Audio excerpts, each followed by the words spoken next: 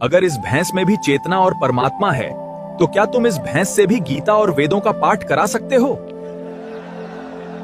क्या सच में एक साधारण सी भैंस गीता और वेदों का ज्ञान बोल सकती है? और अगर हाँ, तो वह कौन सी शक्ति थी जिसने एक मूक पशु के मुख से दिव्य वाणी प्रकट कर दी?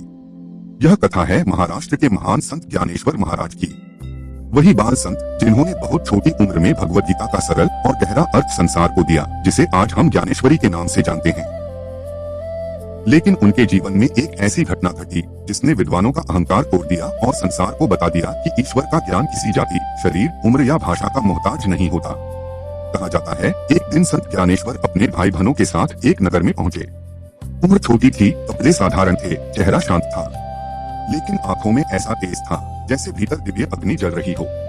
नगर के पंडितों ने उनकी प्रसिद्धि सुनी तो श्रद्धा नहीं, अहंकार जाग उठा। वे सोचने लगे, एक बालक भला शास्त्रों का ज्ञान कैसे दे सकता है।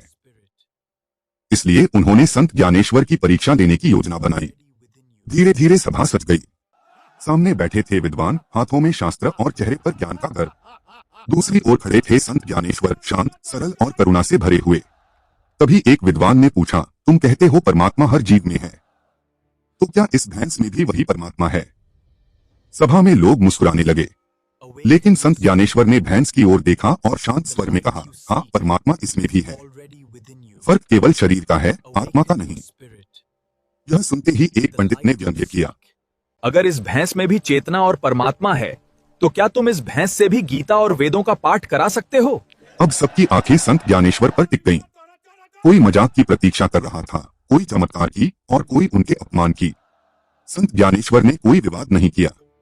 वे धीरे धीरे भैंस के पास गए और प्रेम से उसके माथे पर हाथ रखा, और फिर सभा की सांसें थम गईं। कहा जाता है, अगले ही क्षण उस मूक पशु के मुख से वेदों और गीता के भावों जैसी दिव्य वाणी प्रकट होने लगी।